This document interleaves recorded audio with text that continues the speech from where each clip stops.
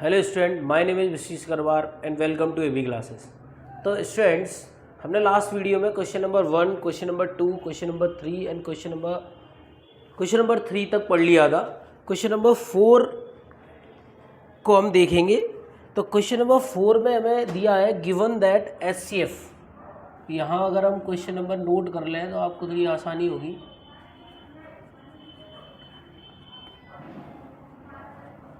HCF of 306 and 657.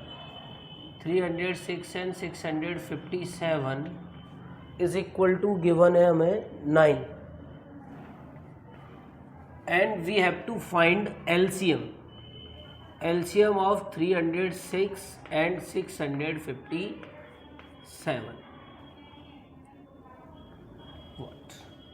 Is that clear? So students, if you are given HCF of any two number and you have to find LCF of these two number, है ना, उन्हीं नंबरों का आपको क्या करना है, LCM फाइंड करना है। तो इसके लिए एक फॉर्मूला होता है, ठीक है। फॉर्मूला क्या होता है आप देख लेंगे, इसी को मैं सॉल्व करूँगा।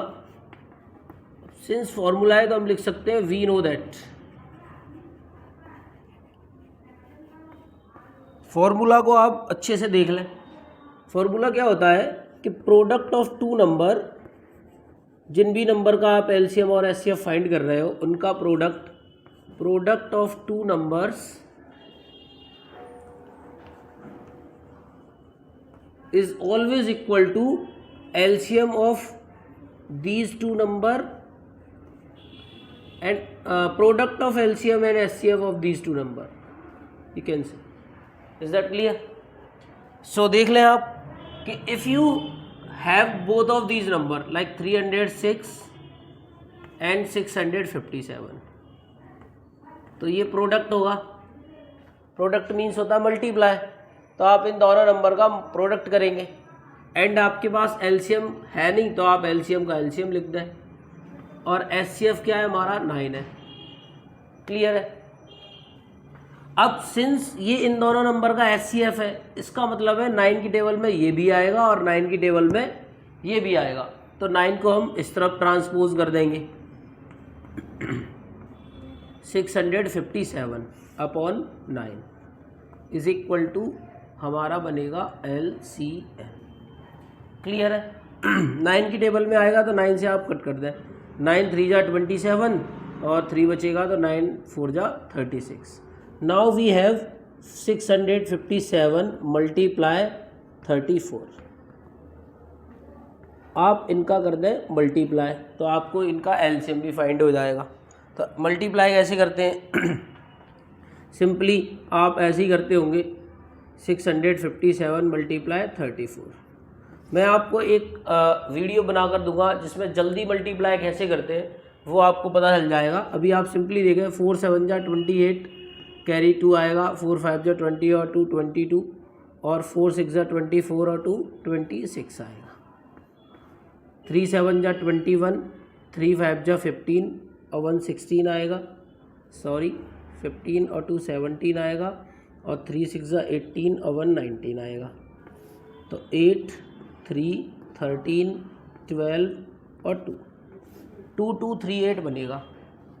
2 2 3 3 8 ये हमारा आ जाएगा LCM। ये हमारा आ जाएगा LCM। तो इस तरह से हमें ये question number 4, I think question number ये हमारा 4 है। तो इस तरह से ये 4 नंबर क्वेश्चन आपको कर लेना है। आप नोट कर सकते हैं, स्क्रीनशॉट ले सकते हैं। क्वेश्चन नंबर 5 देखें। क्वेश्चन नंबर 5 जो है एक बड़ा अच्छा क्वेश्चन है, सिर्फ थियोरी बेस्ड क्वेश्चन है, आपको कोई सॉल्यूशन नहीं करना है। देखें, थियोरी बेस्ड क्वेश्चन है। क्वेश्चन ये है, क्वेश्चन नंबर 5 कि check whether 6 to the power n can end with the digit 0। Means 6 की पावर n जो है क्या ख़त्म हो सकती है 0 पर, can end with the digit 0। with the digit 0।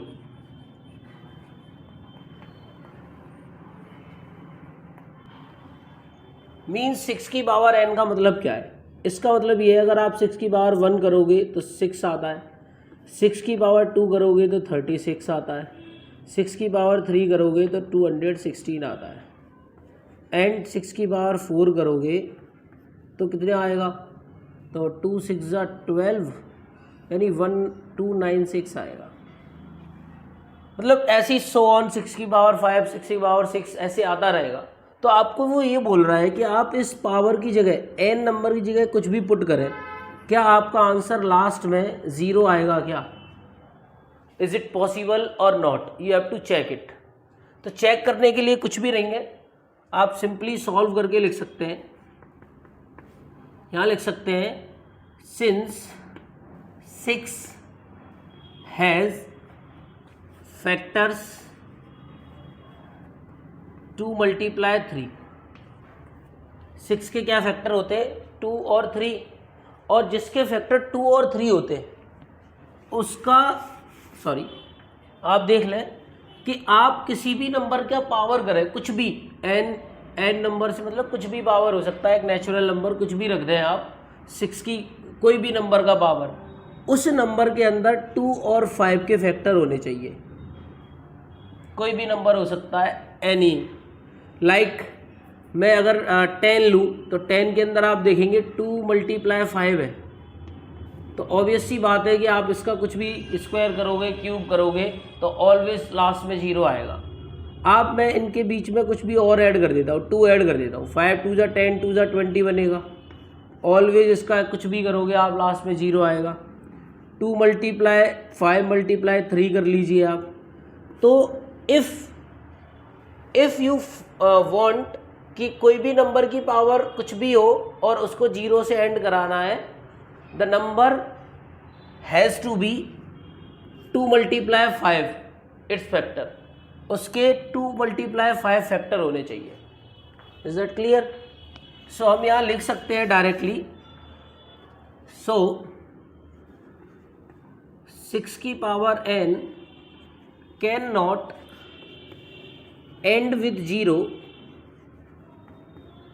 and with digit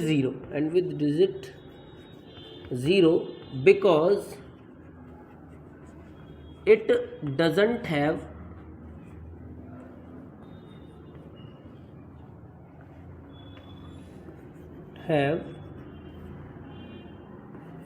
factors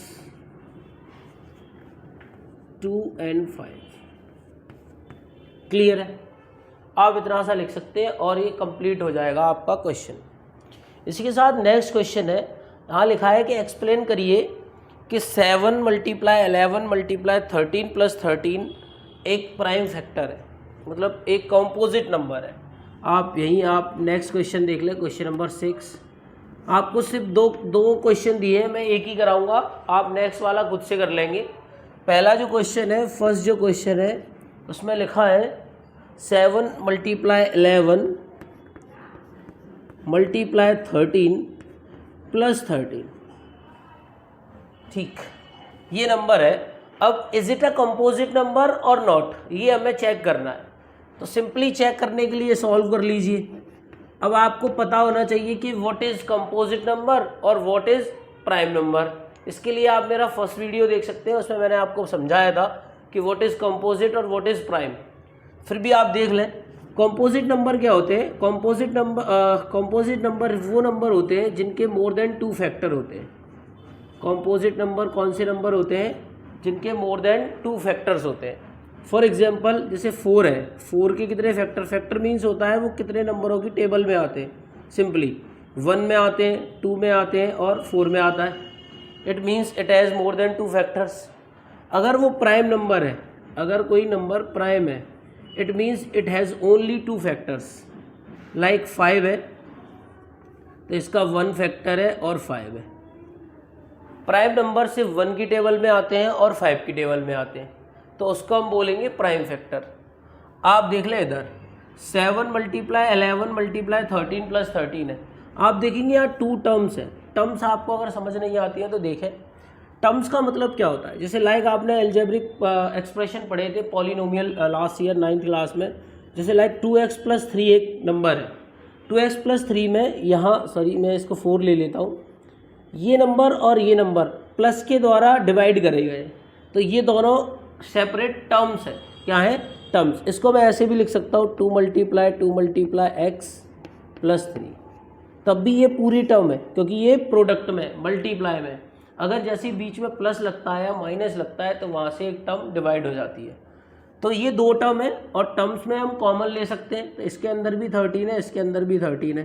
13 आप कॉमन लेंगे, अंदर बचेगा 7 × 11 प्लस 13 कॉमन लिया है तो इट मीन्स 1 लेफ्ट रहेगा। तो 13 यहाँ हो जाएगा 13 7 जा 91 प्लस 1, यहाँ आ गया 13 × 92। ठीक है, आप देखेंगे सॉरी हाँ, इधर आप देखेंगे 13 है 92 आ गया। मैंने आपको बोला था कॉम्पोजिट नंबर में अगर कोई कॉम्पोजिट नंबर है तो उसके 2 से ज़्यादा फैक्टर होते हैं। अगर आप इस नंबर को देखेंगे, ये पूरा नंबर है। जैसे फॉर एग्जांपल मैंने आपको 2 नंबर दिए 5 और 6, और इनका अगर मैं मल्टीप्लाई करता हूँ तो 30 आएगा। इट मीन्स ये नंबर 5 में भी आने वाला है और 6 में भी आने वाला है, और 1 में तो आता ही आता है। ऐसे ही मैं इन दोनों का मल्टीप्लाई कर लूँगा तो मैं देखूँगा ये नंबर 13 में भी आएगा और 92 में भी आएगा। तो मल्टीप्लाई करो या ना करो, आपको ये तो पता है कि इसका 13 और 92 फैक्टर है और 1 भी है। It means it has more than 2 factors. इसका मतलब क्या है? इसके 2 से ज़्यादा फैक्टर है, so it is a composite number. यहाँ लिखेंगे here this number has more than 2 factors, so it is a prime number. Prime number. Is that clear? आपको दोनों क्वेश्चन समझ आ गए होंगे, आसान है। नेक्स्ट क्वेश्चन देखिए, क्वेश्चन नंबर 7। नेक्स्ट क्वेश्चन देखिए, क्वेश्चन नंबर 7। क्वेश्चन नंबर 7 थोड़ा लेंदी है, तो मैं आपको आप बुक लेकर बैठ जाए और देख ले। लिखा है there is a circular path around a sport field. एक स्पोर्ट फील्ड है, स्पोर्ट फील्ड मीन्स आप कोई भी एक ग्राउंड ले लीजिए, आपके यहाँ सर्कुलर ग्राउंड होगा, तो सर्कुलर ग्राउंड में ये सर्कल है और इस सर्कल के चारों तरफ आपको एक पाथ है, एक रास्ता है। जनरली रनिंग ट्रैक्स होते हैं, तो वहाँ पर दोनों रनिंग ट्रैक्स पर एक बॉय और एक गर्ल रन कर रहे हैं, दौड़ रहे हैं। और जो सोनिया है लड़की, वो 18 मिनट्स लगता है उसको एक राउंड करने में, और रवि को लगता है 12 मिनट्स फॉर द सेम। अब वो एक ही पॉइंट से स्टार्ट करते हैं, इस जगह से मान लीजिए सोनिया भी और रवि भी, और सोनिया को लगता है एक राउंड कंप्लीट करने में 18 मिनट्स और रवि को एक राउंड करने में लगता है 12 मिनट्स। तो बात ये है कि वो नेक्स्ट टाइम कब एक साथ सेम पॉइंट पर कितनी देर बाद मिलेंगे। तो जब भी ऐसी कोई कंडीशन आती है तो आपको लेना होता है एलसीएम। फॉर एग्जांपल देख लें आप कैसे लिखना है इस क्वेश्चन को। गिवन है Sonia takes time to complete 1 round is equal to कितना था 18 मिनट्स। क्लियर है? And same Ravi takes time to complete 1 round is equal to 12 minutes. Ravi लेता है 12 मिनट यानी वो तेज़ दौड़ता है, और सोनिया लेती है 18 मिनट यानी वो स्लो दौड़ रही है। तो आप देखेंगे कि सोनिया एक राउंड को 18 मिनट्स में कंप्लीट करती है, दूसरे राउंड को 36 मिनट में, तीसरे को 54 हो जाएंगे। और यहाँ रवि क्या कर रहा है, रवि फर्स्ट राउंड को 12 मिनट में, दूसरे को 24 में और तीसरे को 36। मतलब आफ्टर 36 मिनट ये एक राउंड 2 राउंड कंप्लीट कर लेगी और ये 3, यानी कि सेम पॉइंट पर फिर से आ जाएंगे दोनों। और ऐसा कब होता है, आपको मैंने फर्स्ट वीडियो में बताया था एलसीएम और एचसीएफ में, ये हम मल्टीपल लिख रहे हैं, 18 के मल्टीपल है, 12 के मल्टीपल है, और जब मल्टीपल पहला कॉमन आ जाए उसी को हम क्या कहते हैं, एलसीएम कहते हैं। तो for this we have to find the LCM of 18 and 12। देखें हम लिखेंगे फॉर दिस क्या फाइंड करना है हमें इसमें कि वो कब, after how many minutes will they meet again at the starting point. So हम लिख देंगे दे will meet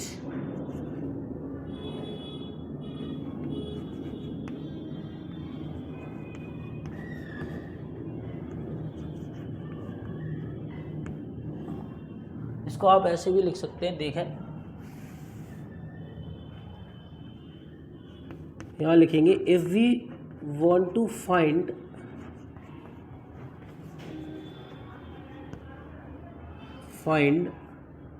after how many minutes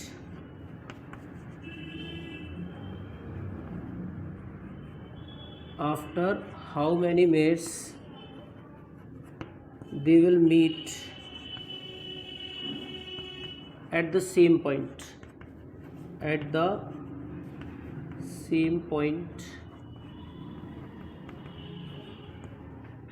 we have to find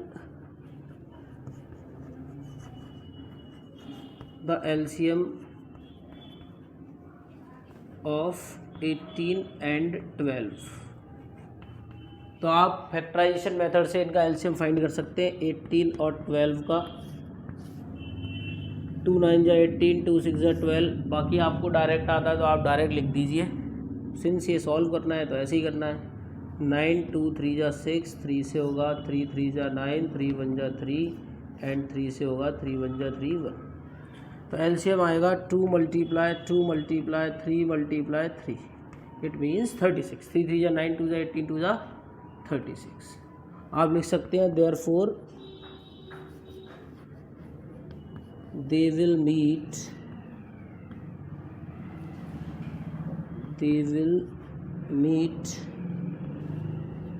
again